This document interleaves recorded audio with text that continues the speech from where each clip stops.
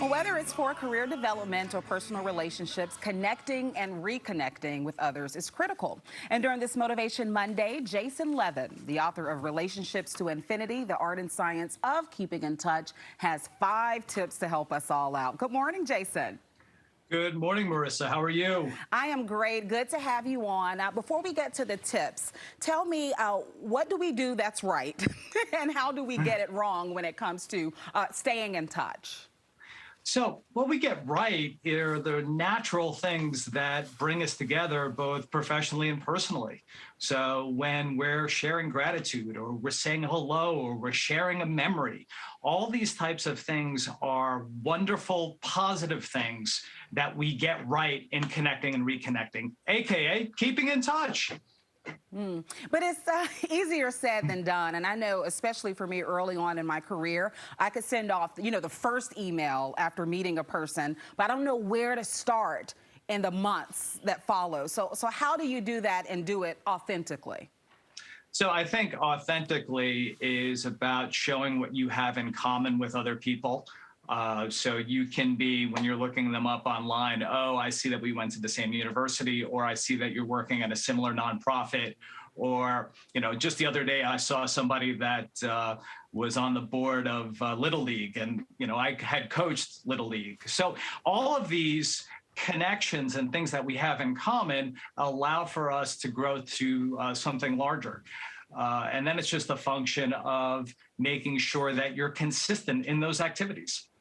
How consistent? Are we talking reaching out every other month, every 3 months? What does that look like?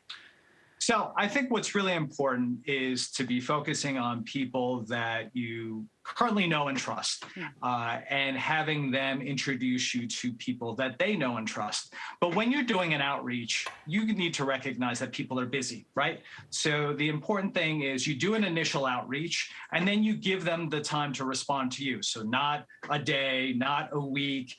If 4, 6, 8 weeks go by and you still haven't heard back from somebody, then it's, okay to reping them. So. When it comes to, I guess, professional networking, would you say that it's better to reach out via email or social media versus writing an actual letter and sending that?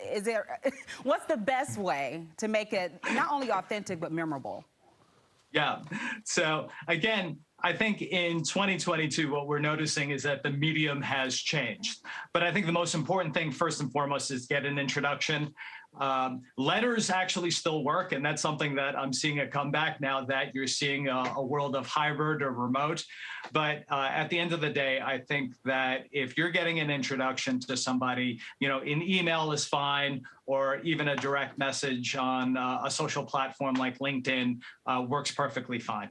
I'm glad you mentioned LinkedIn too, as opposed to sliding in a DM on TikTok or Instagram, because believe it or not, people are really doing that. Even in my career, I hear from students and younger journalists all the time via Instagram. I don't know if that's a good or bad thing. Well, in the world of journalism, I think Twitter and Instagram are much more prevalent, but it's still more professional to outreach to somebody on LinkedIn. And I think that the way that you use LinkedIn is to identify people that you might have in common so that they're introducing you and that you're not needing to introduce yourself. However, if you don't have anybody in common, then it's those points of commonality. And also when you're making an ask, it's not like, will you be my mentor, which is similar to asking for marriage on a first date, right?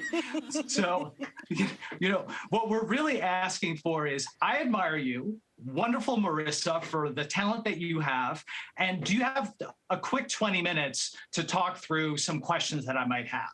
And that way, it's a discreet ask. You have a time sensitivity in that 20 minutes, and you're more likely to get a response. That's great. I know in the book you talk about people who are looking to make a move up in their career, switch careers, maybe start their own business.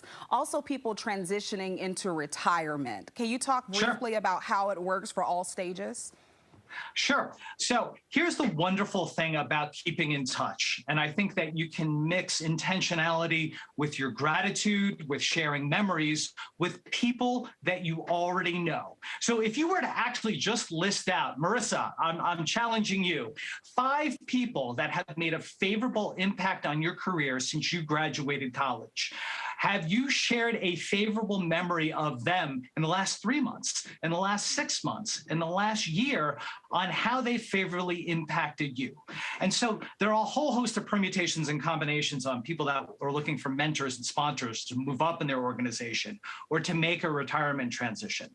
The best way to do that is actually to reconnect with the people you already know, like, and trust.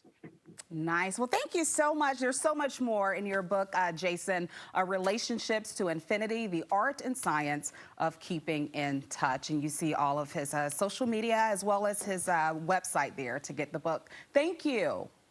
Thank you, Marissa. You can find the book online or locally at Politics and Prose right here in DC. All right. Sounds good. Jeanette. There you go. Some good practical tips.